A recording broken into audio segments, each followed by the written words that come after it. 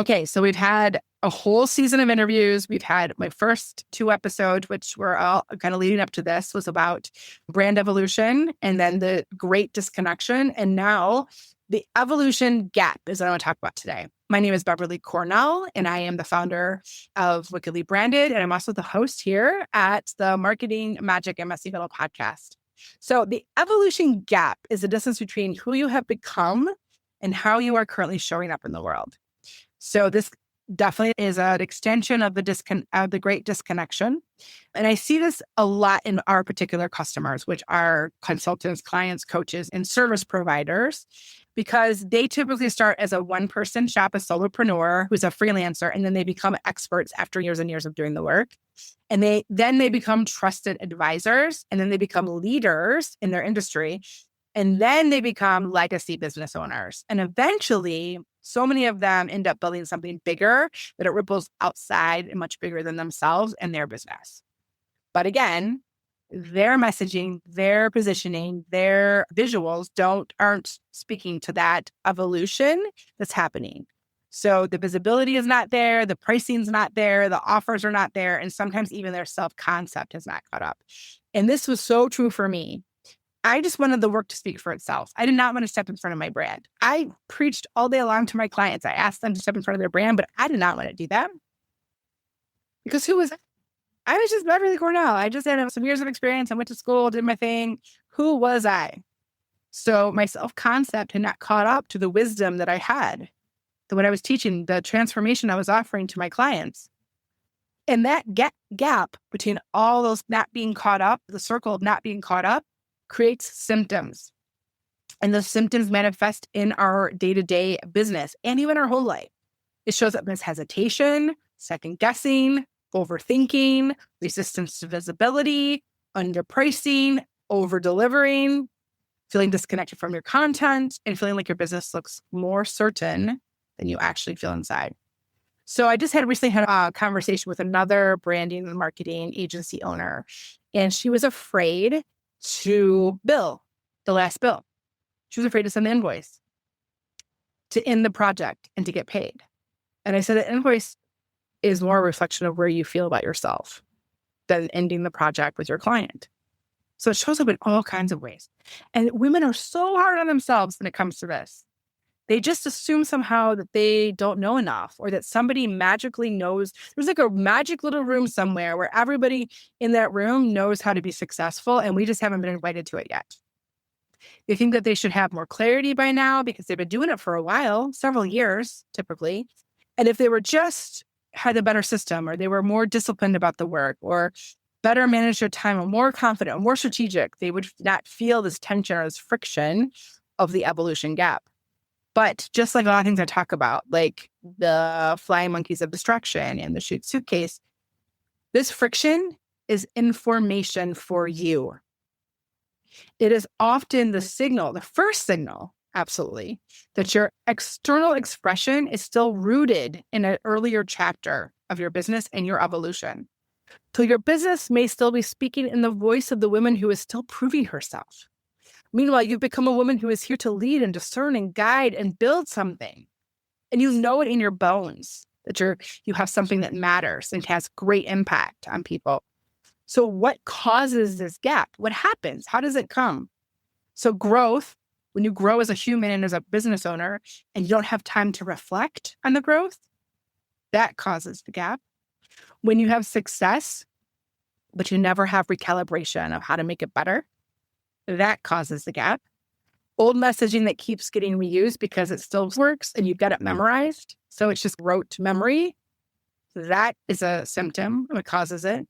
And the very human habit, which is, we all do this, of change, of adaptation. It happens so quickly that we never stop to ask ourselves, who are we actually becoming in this process of all the things that we're doing? And that was me. I was doing so much for work and so much in my life. We were moving every 3 years. We adopted a son. We had 4 foster children. My stepson was coming and going. I was building this business. I was struggling with infertility. I had a major injury to my hip. All these things were happening while I was making sure my clients were fine, building my business, growing, adding more services. There was simply not enough time to adapt and stop and ask, who are we becoming in this process? So what helps close the gap then? So we know what causes it. We know what it looks like, where the friction exists. So what is it? It's a word that's way overused. I feel like it's because of AI specifically. I feel like it's way overused, but it's clarity. And it's not this like generic clarity that just exists out in the world of, oh, clear. No, it's not just clear clarity. It's not muddy clarity either, but it's the kind of clarity that comes from reconnecting deeply with your story, all the loss, all the love, all the transformation you've had, your values, your lived experiences, your current season. So right now I am a perimenopausal woman with ADHD. I was diagnosed at age 49 with ADHD, who's raising 2 boys, and my husband's in the military, and our life is crazy. My current season, my deeper work and the impact I want to create now is to really magnify as many women's voices as possible, because I know deep in my soul, the more women have agency and they have money and they have power and they have legacy, they'll be sitting at tables they were never allowed to sit at before, or even creating their own tables, which is even better. But I also know with that equality comes a more soulful world. And I want my kids to grow up, and it's my why. That's the impact I want to create right now. So if I can ripple effect that work out to as many women as possible, then I'm going to know that my work matters at a really deep level. At Wickedly Branded, this is why, because we went through a whole evolution about 2 years ago, I guess now. This is why I believe clarity is intentionally created, where you have to stop. That's why we have the Brand Spark experience. It's 90 minutes, sometimes goes a little longer, of brand therapy. It is sometimes the only time or the first time someone has actually gotten in your head and gotten all the stuff out on paper to be able to tell you what's happened, to reflect back to you, to listen, to hold space for you. There's so much running around in your head. I know this because I lived it. So much running around in your head that you don't ever have time to put it on paper and to release it from your head. Because once it's down on paper, now you have space to think about other things. And I can promise you that you're not going to find clarity intentionally by accident in the middle of a busy week.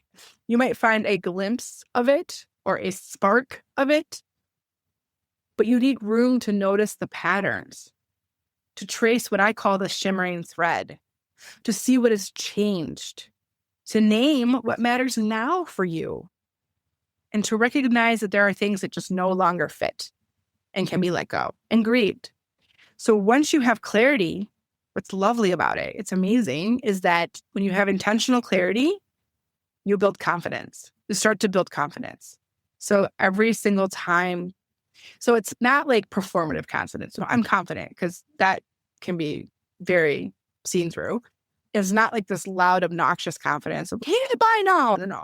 It's a cleaner kind of confidence, because now you are not trying to force yourself into some little round hole when you're a square. You are finally going to be able to speak from where you actually are existing and evolving from. And that simple awareness and naming and acknowledgement and understanding and clarity, like the full coherence around that, changes everything for you. It changed everything for me, because my message got stronger. My offers became far clearer. Like the path to work with me became very clear. The visibility that you get is easier to sustain, because it's, again, simple and clear. And the pricing that you raise begins to make more sense, because you're not building yourself up an hourly rate and making yourself a commodity. You're showing all the experience together for the work that you do. And your business, and I would even say your life, belongs to the actual woman who's leading it. The one thing I want you to take away from this episode and this season is that the gap between who you have become and how you are showing up is not closed by more content or another tactic or another platform or another book. It is closed by deeper clarity. And that deeper clarity comes from time. And the thing that we do here at Wickedly Branded, that we do really, is we make you accountable for that time. And we ask you loads and mountains of questions to help you get to that place of clarity and understanding and deep wisdom and transformation so that you can begin to evolve quicker into this next step of legacy building. And that, to me, that work, it is the best work I can do. That is my fuel, 100%, absolutely all day long. It feels like Christmas morning.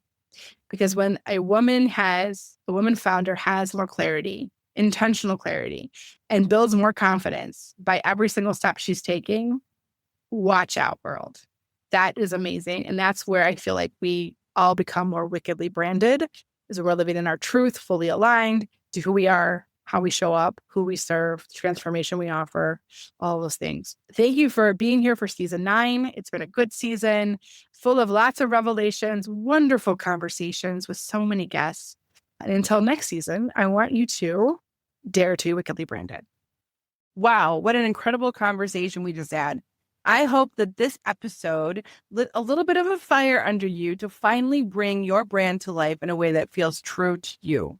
Remember, clarity is the spark, but activation is that fire and flame that keeps your message and your visuals and your strategy aligned, and the confidence that follows. So does that lovely thing called momentum that you've been waiting for. So if today's episode, if you loved it, make sure you are subscribed to the Wickedly Branded Marketing Podcast so you never miss an insight or a conversation. Until next time, dare to be wickedly branded.